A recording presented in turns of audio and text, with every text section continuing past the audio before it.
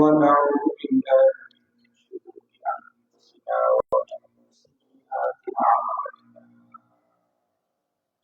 من يهد الله فلا مضل له ومن يضلل فلا هادي له ونشهد أن لا إله إلا الله وحده لا شريك له ونشهد أن سيدنا وسندنا وحبيبنا وشفيعنا وطبيبنا وطبيب قلوبنا ومولانا محمدا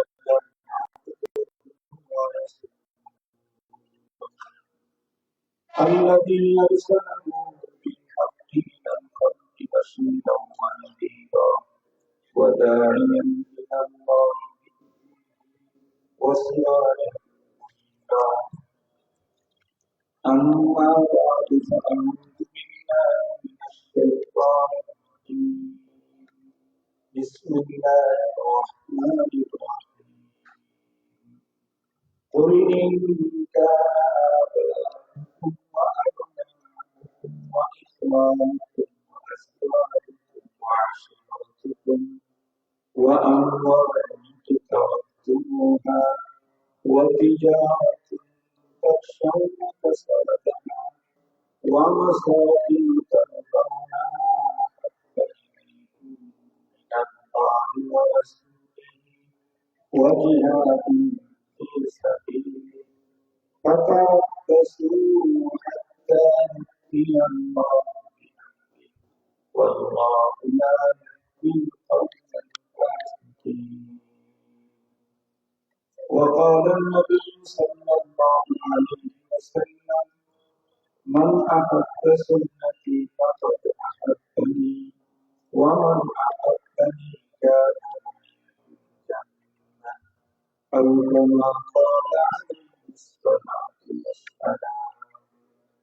وقال نبينا وسيدنا وحبيبنا صلى الله عليه وسلم لا يؤمن أحدكم حتى أكون أحب إليه من والده وولده والناس أجمعين أو كما قال عليه الصلاة والسلام.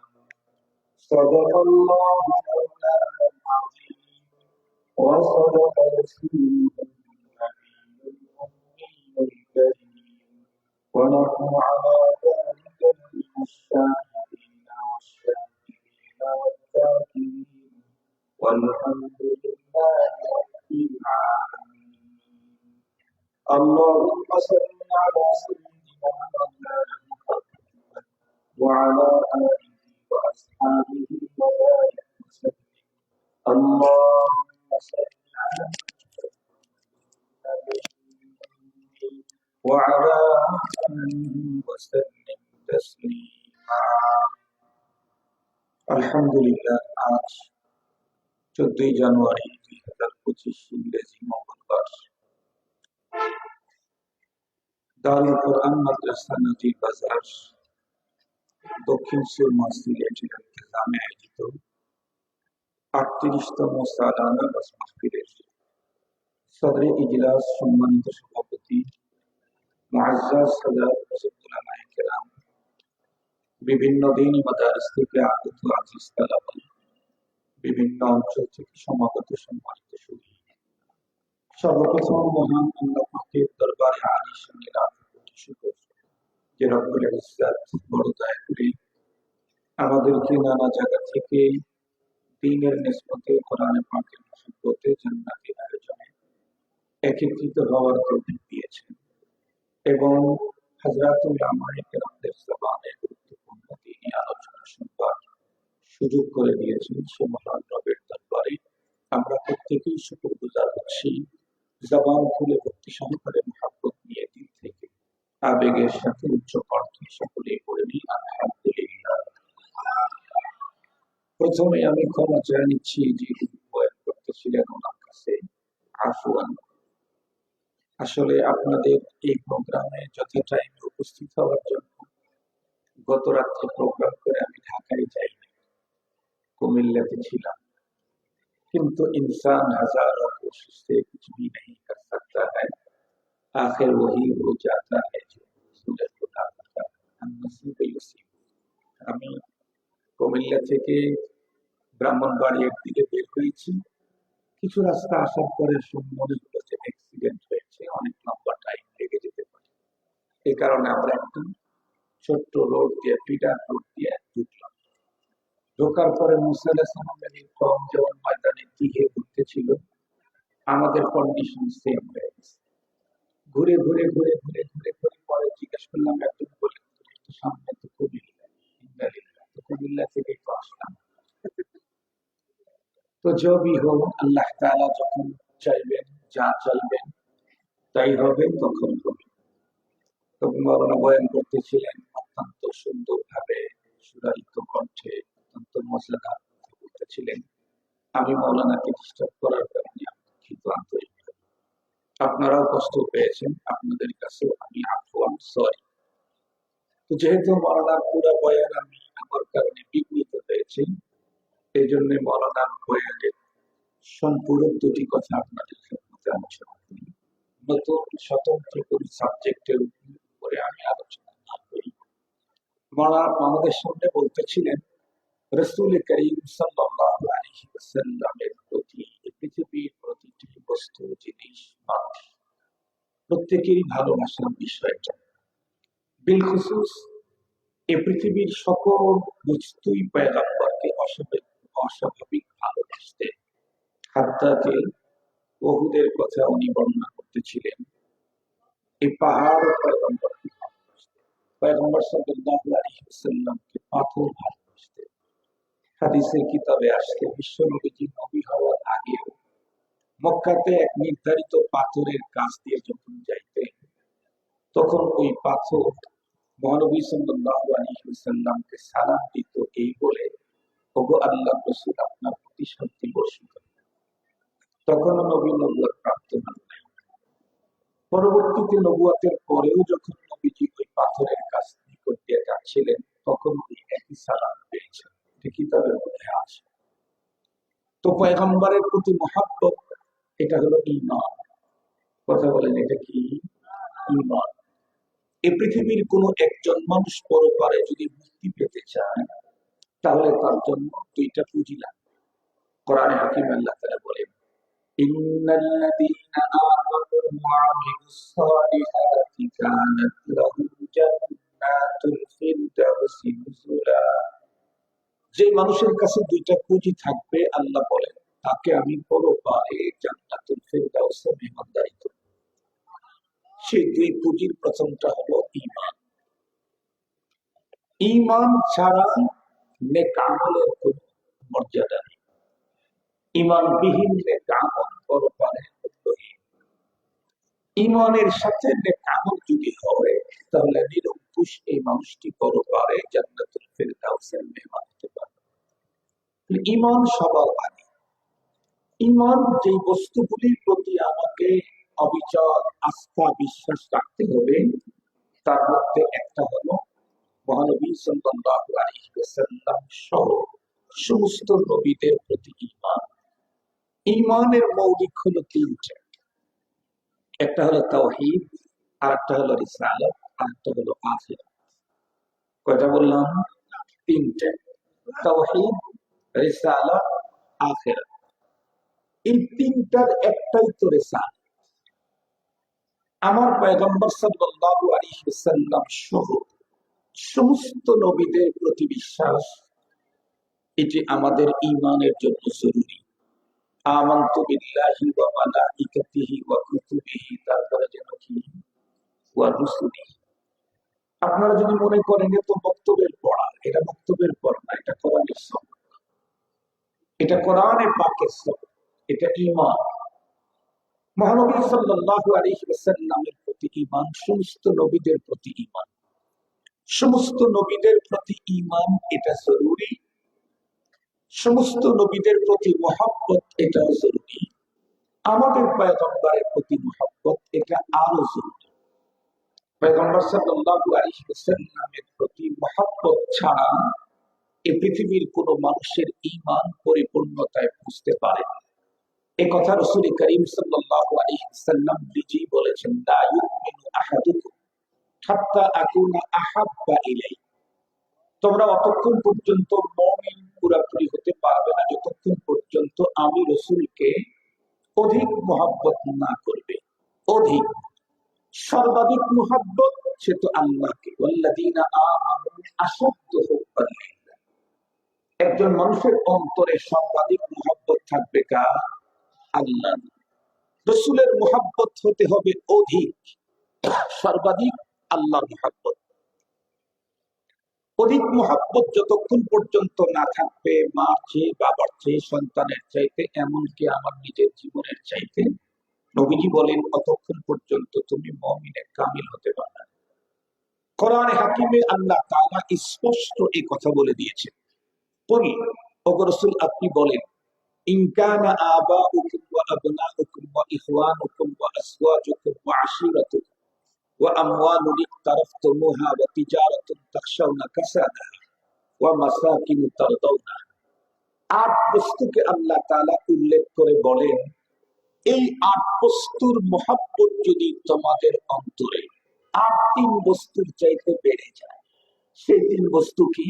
মিনাল্লাহ ওয়া রাসূলিহি ওয়া জিহাদিন ফি সাবিলিহি, আল্লাহ, রাসূলুল্লাহ, জিহাদ ফি সাবিলিল্লাহ।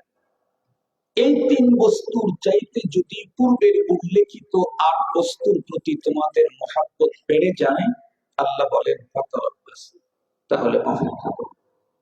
অপেক্ষা করার তর্জমা বুঝেন?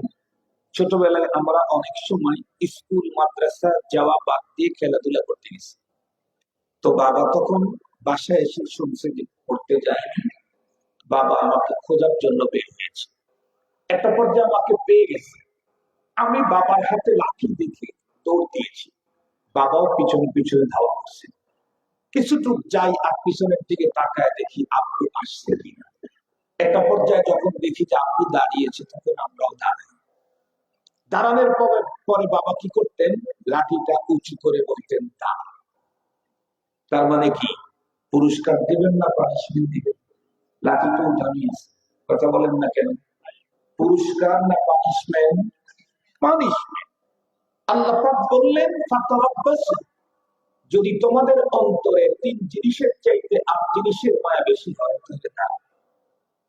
তার মানে হাত্তা ইয়াতি আল্লাহু বিআমরি, আল্লাহ পাকের আযাব গজবের অর্ডার চলে আসবে। মুহতারাম হাজিরিন, যেই আট বস্তু সেটা হলো কুল ইন কানা আবাউকুম, পিতামাতা, ইখওয়া আবনাউকুম, সন্তানাদি, ইখওয়ানুকুম, ভাই বেরাদার, আজওয়াজুকুম, স্ত্রী, এরপরে আশীরাতুকুম, রিলেটিভ, আপনজন, এরপরে ওয়া আমওয়ালুন ইকতারাফতুমুহা, ওই সম্পদ যেটা আমরা জমা করে রাখি, ওয়া তিজারাতুন তাখশাউনা কাসাদাহা, ওই ব্যবসা যে ব্যবসাতে মন্দার ভয় পাই, ওয়া মাসাকিনু তারদাউনা, স্বাচ্ছন্দ্যময় জীবন কাটাবার জন্য বড় আশা, ভালোবাসা, আবেগ নিয়ে যে ঘরটা বসবাসের জন্য তৈরি করেছি, এই জিনিসগুলির মায়া যদি আমাদের অন্তরে বেশি হয় আল্লাহর মায়ের চাইতে এবং রাসূলুল্লাহর মায়ের চাইতে। আমার আজকের সাবজেক্ট হলো রাসূল প্রেম।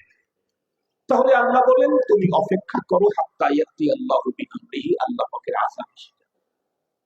মুহতারাম হাজিরিন, তাহলে কোরআনে পাক এবং হাদিস থেকে বুঝলাম প্রতিটি ঈমানদারের অন্তরে নবীর প্রেম নিজের চাইতে, সন্তানের চাইতে, পিতা মাতার চাইতে অধিক হতে হবে। তো আমরা প্রত্যেকেই কিন্তু রাসূল প্রেমের দাবিদার। এই দুনিয়াতে আমার জানা মতে যত মানুষ মুমিন, প্রত্যেকেই দাবি করে যে অন্যের তুলনায় আমি রাসূলকে বেশি ভালোবাসি। আমাদের বাংলাদেশে অনেক গ্রুপ আছে, ঈমানদার মুসলমানদের অনেক গ্রুপ আছে। চট্টগ্রামে তো অনেক গ্রুপ আছে, আমাদের সিরাজগঞ্জের তুলনামূলক একটু কম। চট্টগ্রামে সবচেয়ে জটিল হলো ইহাবি ওয়াহাবি। ইহাবি ওয়াহাবি চেনেন? চেনেন নাই? ওয়াহাবি সুন্নি, এই ওয়াহাবি আর সুন্নি এই ব্যবধানটা চট্টগ্রামে খুব ভয়ঙ্কর, কঠিন অবস্থা। আপনারা শুনলে অবাক হবেন। আলামিন সংস্থার তাফসীর শেষ করে আমি রাঙ্গুনিয়ার দিকে যাব। তো ওই অঞ্চলের একজন বিগত সরকারের সরকার দলীয় একজন বড় নেতা তার গাড়িতে লোকে রিসিভ করতেছে, মাগরিবের নামাজের টাইম। আমি বললাম ভাই একটু দ্রুত করে একটা মসজিদে দাঁড়ান, আমি একটু নামাজটা আদায় করে নিই। বলতেছে হুজুর মসজিদ দেখি দাঁড়ান, আবার দাঁড়ান, আবার দেখি দাঁড়ান, ওই তো একটু সমস্যা। তাহলে মসজিদে কি সমস্যা? মসজিদ তো সেজদার জায়গা, ইবাদতের জায়গা, আমি ওখানে নামাজ পড়তে যাবো, কি সমস্যা? বলে হুজুর আপনি বুঝবেন। পরে দেখি যে টাইম চলে যাচ্ছে, পরে আমি রেগে গেছি। পরে ওনারা একটা মসজিদে দাঁড় হইলেন, আমি মসজিদের ভিতরে খুব দ্রুত ঢুকে নামাজ শুরু করলাম। আমি তো সরাসরি ভিতরে ঢুকে নামাজ কমপ্লিট করে ফেলছি। যখন আমি বের হয়ে আসতেছি, তখন এক লোক মসজিদের খাদেমকে বলতেছে, এই আগামীকালকে মসজিদটা সুন্দর করে পরিষ্কার করবি, আর এই যে কার্পেট আছে কার্পেটটাকে ধুয়ে দিবি। আমি বুঝলাম না কিছু। পরে গাড়িতে এসে জিজ্ঞাসা করলাম, বললো যে হুজুর এই জন্যই তো আপনাকে কোনো মসজিদে দাঁড় করাইতেছিলাম। এরা হলো আরব গ্রুপ। আমি বললাম আরব গ্রুপ মানে কি? আপনি ওখানে নামাজ পড়েছেন, তাদের আকীদা ওই মসজিদ অপবিত্র হয়ে গেছে এবং মুসলমান অপবিত্র হয়ে গেছে। এই জন্য বললো যে আগামীকাল মসজিদকে ধুয়ে দিবি এবং কার্পেটটাকে ধুয়ে দিবি। এত কঠিন অবস্থা, ওইখানে টান টান অবস্থা। রাত্রি যত গভীর হতে থাকে, এক গ্রুপ আর এক গ্রুপকে তত বেশি কাফের বানাইতে থাকে। এটা খুব চলে এখন। তো আমরা যে কথা বলি, প্রত্যেক গ্রুপের দাবি হলো আমরা রসুলের বড় আসে, তারা বলে আমরা রসুলের বড় আসে। তাহলে পৃথিবীর প্রতিটি মানুষ রসুল প্রেমের দাবিতে আমরা এক্সপার্ট। প্রত্যেকেই বলি আমি বড় আসি, আমি বড় আসি। কেন? কারণ রসুল প্রেম ছাড়া আমার ঈমান পরিপূর্ণতা বুঝতে পারে না। কিন্তু প্রকৃত আশিকে রসুল কাটটা আল্লাহর দরবারে প্রমাণিত হবে। কে আসলে সত্যবাদী এ ব্যাপারে আমি আপনাদেরকে কোরআন হাকিমের ছোট্ট একটা কথা বলি। এই পৃথিবীতে যত রসুলের আশিক তৈরি হবে কিয়ামত পর্যন্ত, এর ভিতরে নাম্বার 1 আশিকে রসুল হলেন সাহাবায়ে কেরাম। এ ব্যাপারে আপনাদের কোনো দ্বিমত আছে? সাহাবীদের চাইতে রসুলকে বেশি মহব্বত করার যোগ্যতা পৃথিবীর কোন মানুষের নাই। সাহাবীদের চাইতেও যদি রসুল প্রেম অধিক দেওয়ার যোগ্যতা কারো থাকতো, আল্লাহ পাক তাকে 1400 বছর পরে এখন পাঠাইতেন না, সিদ্দিক আকবরের জামাতে পাঠাই দিতেন। মুহতারাম হাজরিন, এই বিষয়টা নিয়ে আমার এক উস্তাদে মুহতারাম, উনি আমাদেরকে একটা চমৎকার ঘটনা শুনাইছেন। উনি বলেন, কোন এক মাহফিলের ভিতরে একজন হুজুর ওয়াইজ সাহাবীদের রসুল প্রেম নিয়ে আলোচনা করতেছিলেন। তো মঞ্চে কি বলে প্যান্ডেলে তো নানা মতাদর্শের মানুষ থাকে। একজন মাঝখান থেকে লাফতে উঠে বলল, হুজুর আর কতক্ষণ পর্যন্ত সাহাবীদের রসুল প্রেমের কথা বলবেন? একটু আলোচ্য বিষয়টা চেঞ্জ করেন, ধর্মে তো আরো অনেক বিষয় আছে, সেই বিষয়ে কথা বলেন। হুজুর তো রেগে গেছে। হুজুর বললেন, নিয়ে তুমি কি বলতে চাও যে আমি 20-25 মিনিট সাহাবীদের রসুল প্রীতির কথা বলে এক্সেস করে ফেলেছি? না, আমার টোটাল লাইফটা যদি সাহাবীদের রসুল প্রেমের কোন গান গায়ে শেষ করে দিই, তবুও সাহাবায়ে কেরাম যে পরিমাণে মুহাব্বত রাসূলুল্লাহকে দিয়েছেন, এর হক আদায় করা আমার জীবনে সম্ভব। একেবারে স্পষ্ট কথা কিতাবের ভিতরে এসেছে। সালেহ হুদাইবিয়ার সময় মক্কাতুল মুকাররমা থেকে যে গ্রুপগুলি এসেছিল পয়গম্বরের সাথে সন্ধি চুক্তি করার জন্য, ওর ভিতরে একজন মানুষ সন্ধি চুক্তি করে মক্কাতে গিয়ে তাদের লিডারদেরকে বলল, শোনো আমরা তো গিয়েছিলাম, পাঠাইছিলাম সন্ধি চুক্তি করার জন্য, সন্ধি চুক্তি করে আসছি, কিন্তু আমার একটা নিজস্ব তাফসীর আছে। কি? আমি নিশ্চিত বলতে পারি মুহাম্মাদের বিরুদ্ধে তামাম দুনিয়া একত্রিত হয়ে লাগলেও তার মিশনকে বন্ধ করবার ক্ষমতা কারণ। কেন? সে বলল, আমি তো ওই ব্যক্তি যে ব্যক্তি আজকের পৃথিবীর সবচাইতে বড় ক্ষমতাধর কায়সার, কিসরা, নাজ্জাশী, তাদের দরবারেও আমার আমন্ত্রণ আছে, আসা যাওয়া আছে। আমি আল্লাহর কসম করে বলছি, আজ পর্যন্ত মুহাম্মদ সাল্লাল্লাহু আলাইহি ওয়াসাল্লামকে তার অনুসারীরা যেই পরিমাণে মহব্বত আর ভালোবাসা দেয় আর মানে, এই পরিমাণে পৃথিবীর কোন মানুষকে কাউকে মানতে আমি দেখি নাই। সঙ্গত কারণেই তার মিশনকে বন্ধ করবার ক্ষমতা পৃথিবীর তামাম শক্তির নাই। সে যে কথাগুলি বলতেছিল তার ভিতরে একটা ছিল, আজীব জিনিস দেখলাম কি, মুহাম্মদ সাল্লাল্লাহু আলাইহি ওয়াসাল্লাম যখন মুখ থেকে থুতু ফেলে, মানুষ থুতু ফেললে একটু সরে যায়, কিন্তু দেখলাম মুহাম্মদ সাল্লাল্লাহু আলাইহি ওয়াসাল্লামের অনুসারীরা যখন মুহাম্মদ সাল্লাল্লাহু আলাইহি ওয়াসাল্লাম থুতু ফেলে, তখন ওরা প্রতিযোগিতা করে তার মুখের থুতুটা নিজের হাতে নিয়ে মুখে আর শরীরে মাখতে থাকে। এটা তো পৃথিবীতে কোনোদিন দেখি নাই। শুধু তাই না, আমি দেখেছি সে যখন অজু করে তার শরীর থেকে অজুর যে পানিটা পড়তে থাকে, এগুলিকে নেয়ার জন্য সাহাবায়ে কেরাম তার অনুসারীরা প্রতিযোগিতা করে, এগুলি নিয়ে কেউ শরীরে মাখে, কেউ খেয়ে ফেলে। এই জাতীয় একজন আরেকজনকে মহব্বত করার ইতিহাস আমি আমার জীবনে রাজাদিরাজদের দরবারে গিয়েছি কখনো দেখি নাই। সঙ্গত কারণে এই মিশন বন্ধ করবার ক্ষমতা তোমাদের নাই। মুহতারাম হাজিরিন, তো মূল কথা হলো সাহাবায়ে কেরামের মতো রাসূল প্রেম পৃথিবীতে আর কেউ দেখাইতে পারে না। আর পৃথিবীর কারণ ভিন্ন পদ্ধতিতে রাসূল প্রেম দেখাইলে আল্লাহর দরবারে সেটা গ্রাহ্য হবে না। রাসূল প্রেম বলেন আর ঈমান বলেন, যেটাই বলেন সেটা হতে হবে সাহাবী মডেল। কোরআনে হাকিম আল্লাহ তাআলা কি বলেছেন, ওয়া ইযা কিলা লাহুম আমিনু কামা আমানান নাস।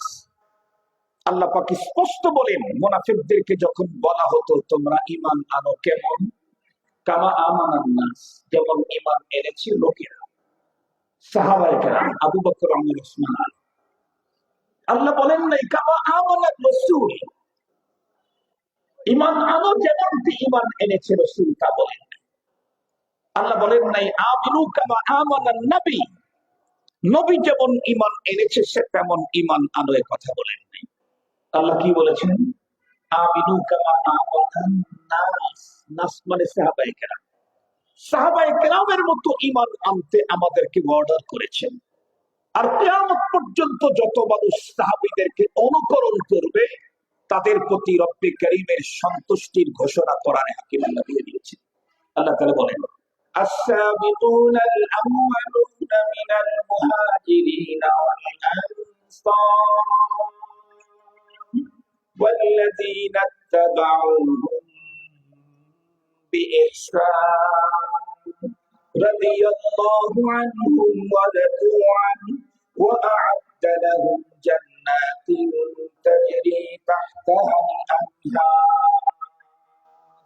আল্লাহ পাক বলেন, আল্লাযীনা তাবাউহুম বিইহসান, কিয়ামত পর্যন্ত সাহাবীদেরকে যারা সঠিক পদ্ধতিতে অনুকরণ করবে, আল্লাহ বলেন রাদিয়াল্লাহু আনহু, আল্লাহ তাদের উপরে খুশি, ওয়া আ'আদ্দা লাহুম জান্নাত, আর তাদের জন্য জান্নাত রেডি করে রেখেছেন। মুহতারাম হাজিরিন, তাহলে সাহাবী এমনই একটা মুবারক জামাত যাদের অনুকরণ আমাদের জিম্মায় ফরজে আইন। কথা বলেন না কেন? ফরজে আইন। যাদের অনুকরণ ছাড়া আমি আল্লাহ পাবো না, জান্নাতে যেতে পারবো না। এখন আসেন, সাহাবায়ে কেরাম নবীর প্রেম পৃথিবীতে এমন নজির কায়েম করেছেন, পৃথিবীতে এই রকমের আর কোন নজির কেউ দেখাইতে পারে না, পারবে না। সাহাবায়ে কেরাম রাসূল প্রেম দেখাইতেন দুইটা পদ্ধতিতে। কয় পদ্ধতিতে? দুই পদ্ধতিতে সাহাবায়ে কেরাম রাসূল প্রেম প্রকাশ করেছেন। আমরাও যদি রাসূল প্রেম প্রকাশ করতে চাই ওই দুই পদ্ধতিতে যেতে হবে। আমার তরফ থেকে বানানো কোন পদ্ধতিতে রাসূল প্রেম আল্লাহর কাছে গ্রান্টেড না, কখনোই গ্রহণযোগ্য না। আমার ঈমান সাহাবীদের মতো হতে হবে, আমার আখলাক পয়গম্বর সাহাবায়ে কেরামের মতো হতে হবে, আমার রাসূল প্রেমটাও সাহাবীদের মতো হতে হবে। সাহাবায়ে কেরাম পয়গম্বরের প্রেম ভালোবাসার মুজাহারা করেছেন দুইটা পদ্ধতিতে। একটা হলো নবীজির সুন্নতগুলোকে যথাযথ আমল করেছেন, নবীজির সুন্নত, নবীজির আদর্শকে মিনওয়ান 100 বাস্তবায়ন করেছেন। নবীজির সুন্নত বাস্তবায়নে সাহাবায়ে কেরাম এতটাই সাব্বাক ছিলেন, কিতাবের ভিতরে লিখছে কোন এক সাহাবী নবী আলাইহিস সালাম বলতে চাইতে এক জায়গায় হাজত হয়েছে, ছোট হাজত, পেশাব করবেন, নবীজি পেশাব করছে, সাহাবী পয়গম্বরের এই অনুকরণে ওইখানে গিয়ে লম্বা টাইম বসে থাকছে। এইখানেও পয়গম্বরের অনুকরণ সিরিয়াসলি সব জায়গাতে যেখানে অনুকরণ করা যায় সব জায়গায় সাহাবায়ে কেরাম অনুকরণ করেছেন। আর আল্লাহ পাকের রাসূল বলেছেন, আমাকে প্রকৃত মহব্বত তো তারাই করে যারা আমার সুন্নতের অনুকরণ করে। মান আহাব্বা সুন্নতি ফাকাদ আহাব্বানি ওয়া মান আহাব্বানি কানা মাইয়া ফিল জান্নাহ। যে আমার সুন্নতের অনুকরণ করলো সে আমাকে মহব্বত করলো। যে আমাকে মহব্বত করলো সুন্নতের অনুকরণের মাধ্যমে সে জান্নাতে আমার সাথে থাকবে। তো মুখের দাবিতে কাজ হবে না, কাজ করতে হবে পয়গম্বরের সুন্নত, তার সংস্কৃতি, তার সভ্যতা আমার জীবনের সব ক্ষেত্রে বাস্তবায়ন করতে হবে। মুহতারাম হাজিরিন, আরেকটা পয়গম্বরের ভালোবাসা দেখাইছেন সাহাবায়ে কেরাম, সেটা হলো পয়গম্বরের ব্যক্তি অথবা ব্যক্তিত্ব। শব্দগুলি মনে রাখবেন, পয়গম্বরের ব্যক্তি অথবা ব্যক্তিত্ব, এই দুইটা যদি কখনো আক্রান্ত হয়েছে, জীবন বাজি রেখে সাথে সাথে সেখানে ঝাঁপিয়ে পড়েছেন। উনি বাঁচবেন নাকি মারা যাবেন এটি দেখার মতো সুযোগ সাহাবায়ে কেরামের ছিল না। পয়গম্বরের ব্যক্তি এবং ব্যক্তিত্ব যেখানেই আক্রান্ত সেখানেই আক্রমণ। সেখানে সাহাবায়ে কেরাম উনি এখন আঘাত করলে একা একা টিকতে পারবেন কিনা এই ফিকির করার টাইম তাদের ছিল না। মুহতারাম হাজিরিন, আমাদের মাঝে পয়গম্বরের ব্যক্তি নাই, কিন্তু ব্যক্তিত্ব। একটা আওয়াজ করলে তো আমি বুঝবো যে আমার কথা বুঝতেছেন। পয়গম্বরের ব্যক্তি পয়গম্বর কি আছে, কিন্তু পয়গম্বরের ব্যক্তিত্ব তো আছে। পয়গম্বরের ব্যক্তিত্ব আছে। সাহাবায়ে কেরাম নবী ব্যক্তির উপরে আক্রমণ করলেও ছাড় নাই, ব্যক্তিত্বের উপরে আক্রমণ করলেও ছাড় নাই। স্পষ্ট ইতিহাস আপনাদের জানা আছে। সিদ্দিক আকবর রাদিয়াল্লাহু আনহুর মতো মানুষ মক্কাতুল মুকাররমার খানায়ে কাবার চত্বরে পয়গম্বরের পাশে বসেছিলেন। এমন সময় একদল আক্রমণ করলে সিদ্দিক আকবর রাদিয়াল্লাহু আনহু একাই তার মোকাবেলা করতে গেলে পয়গম্বরকে তারা ছেড়ে দিল। সিদ্দিক আকবরের উপরে চড়াও হয়ে এমন মারা মারলেন, সিদ্দিক আকবর রাদিয়াল্লাহু আনহুর চেহারাটা পর্যন্ত চেঞ্জ হয়ে গেল, চিনতে পারতেছে না, রক্তাক্ত করে ফেলল। এই খবরটা যখন কুরাইশের যুবকরা জানতে পারলো, তারা তখন দল বেঁধে আসলো। একটা বছরের দুষ্কৃতিকারী এখান থেকে ভেঙে চলে গেল। পরে সিদ্দিক আকবরকে আর নেওয়া যাচ্ছে না, মোটা চাদরের ভিতরে সিদ্দিক আকবরকে উঠায় চাদরের কর্নার ধরে চলে গেলেন। আজান তো শোনা যাবে না, এটা কি জব দিব আমরা না এখানে আজান হবে? তাহলে আমি একটু কথাটা বলে ফেলি 2 মিনিটে। পরবর্তীতে পয়গম্বর সাল্লাল্লাহু আলাইহি ওয়াসাল্লাম ওনাকে এবং মাসসিসা লোকেরা মার কাছে নিয়ে গেছে, মা চিনতেছে না, এটা কি আমার আবু বকর? চিনতেছেন না। পরবর্তীতে ওনার যখন একটু হুঁশ আসছে, ওনার আম্মা জিজ্ঞেস করতেছে, বাবা এখন তুমি কেমন? উনি বলে, আমি কেমন তা জিজ্ঞাসা না, আমার রাসূল কেমন সেটা বলো। আমি কেমন তা জিজ্ঞাসা না, আমার রাসূলকে ওরা কি করছে সেটা বলো। তার মানে ওরা একটু সেন্সিয়ার হয়ে গিয়েছে। পরবর্তীতে একটু খানা দেওয়ার চেষ্টা করছে। উনি বলছে, মা তুমি হাজার চেষ্টা করলে আমার পেটে তুমি খাবার ঢুকাইতে পারবা না যতক্ষণ পর্যন্ত আমি রাসূলকে নিজের চোখে না দেখব। পরবর্তীতে হযরত ওমর রাদিয়াল্লাহু তাআলা বোন এবং ওনার আম্মা দুইজনে ধরে নিয়ে গেছে। নবী আলাইহিস সালাম তাকে দেখে পয়গম্বর চোখের পানি ছেড়ে দিয়েছে, তাকে চুমু খেয়েছে, তার জন্য দোয়া করেছে। সিদ্দিক আকবরের মতো এমন নরম দিলের মানুষটাও পয়গম্বর ব্যক্তির উপরে আক্রমণ করছে, সইতে পারেন নাই। উনি একজন, ওরা অনেকজন, তারপরে কন্ট্রোল করতে পারেন নাই। এখন আমাদের মাঝে পয়গম্বর নাই, কিন্তু পয়গম্বরের ব্যক্তিত্ব আছে। পয়গম্বরের ব্যক্তিত্বের উপরে আক্রমণ হলে যেই লোকটা নিজেকে ধরে রাখতে পারে না, পয়গম্বরের ব্যক্তিত্বকে হেফাজতের জন্য যতটুকুর শক্তি ততটুকুন যারা ব্যয় করে, তারা বুঝবে যে আমার অন্তরে রাসূল প্রেম আছে। পয়গম্বরের সবচেয়ে বড় ব্যক্তিত্বের একটা অনেক বড় জিনিস হলো খাতমে নবুয়ত। খাতমে নবুয়ত পয়গম্বরের ব্যক্তিত্বের অনেক বড় মহান জিনিস। সেই খাতমে নবুয়তকে নিয়ে আজকে আমার দেশে সেলিব্রিটি খেলা হচ্ছে। এরপরেও যদি আমি এই ব্যাপারে আওয়াজ করতে না পারি, রাজপথে যেতে না পারি, আন্দোলন করতে না পারি, ফাও ফাও আশিকের রসুলের স্লোগান দিয়ে তারপরে সাহায্য লাগবে। এই জন্য মুহতারাম হাজিরিন, অনেক লম্বা আলোচনার দরকার নাই। পয়গম্বরের ব্যক্তিত্ব নিয়ে যে কোনো কুলাঙ্গার কথা বললে যদি কোনো মানুষ নিজেকে কন্ট্রোল করতে না পারে, সাথে সাথে যদি রাস্তায় চলে আসে, সাথে সাথে যদি হুঙ্কার দেয়, সাথে সাথে যদি কথা বলতে থাকে, তাহলে বুঝতে হবে ওর অন্তরে প্রেম আছে সাহাবীদের মতো। সুবহানাল্লাহ বললেন না? যে ওর অন্তরে প্রেম আছে কাদের মতো? সাহাবীদের মতো। আর নিজের খাওয়া, চলা, পড়া, পোশাক পরিচ্ছদ, পথ চলা, গোসল করা, টয়লেটে যাওয়া, ঘুমানো, সব জায়গায় যদি পয়গম্বরের সুন্নাহ, পয়গম্বরের কি কালচার, পয়গম্বরের সংস্কৃতি যদি কেউ বাস্তবায়ন করতে পারে, তাহলে মনে করতে হবে ওর অন্তরে প্রকৃতই রাসূল প্রেম আছে। কেমন? সাহাবীদের অন্তরে ছিল যেমন। আল্লাহ পাক আমাদের প্রত্যেককে সাহাবায়ে কেরামের মতো করে রাসূল প্রেম প্রদর্শনের তৌফিক দান করুন। আর দুজন বললেন কি আমিন। মুহতারাম হাজিরিন, আমার আলোচনার টোটাল কথা হলো রাসূল প্রেম দরকার, তাছাড়া ঈমানদার হতে পারবো না। তবে মুখে মুখে রাসূল প্রেমের দাবি করলে কোনো লাভ নাই। রাসূল প্রেম প্রদর্শন করতে হবে সাহাবীদের তরিকায়। সাহাবায়ে কেরাম রাসূল প্রেম প্রদর্শন করেছেন পয়গম্বরের সুন্নাত মেনে। পয়গম্বরের ব্যক্তি আর ব্যক্তিত্বের উপরে কেউ আক্রমণ করলে সাথে সাথে সেটাকে যতটুকু শক্তি ছিল পুরা শক্তি ব্যয় করে তার বিরুদ্ধে অ্যাকশন নিয়ে সাহাবায়ে কেরাম রাসূল প্রেম প্রমাণ করেছেন। আমাদেরকেও সেই পদ্ধতিতেই রাসূল প্রেম প্রমাণ করতে হবে। আল্লাহ পাক আমাদেরকে তৌফিক দান করুন। ওয়া আখিরু দাওয়ানা আলহামদুলিল্লাহি রাব্বিল আলামিন। আসসালামু আলাইকুম ওয়া রাহমাতুল্লাহ।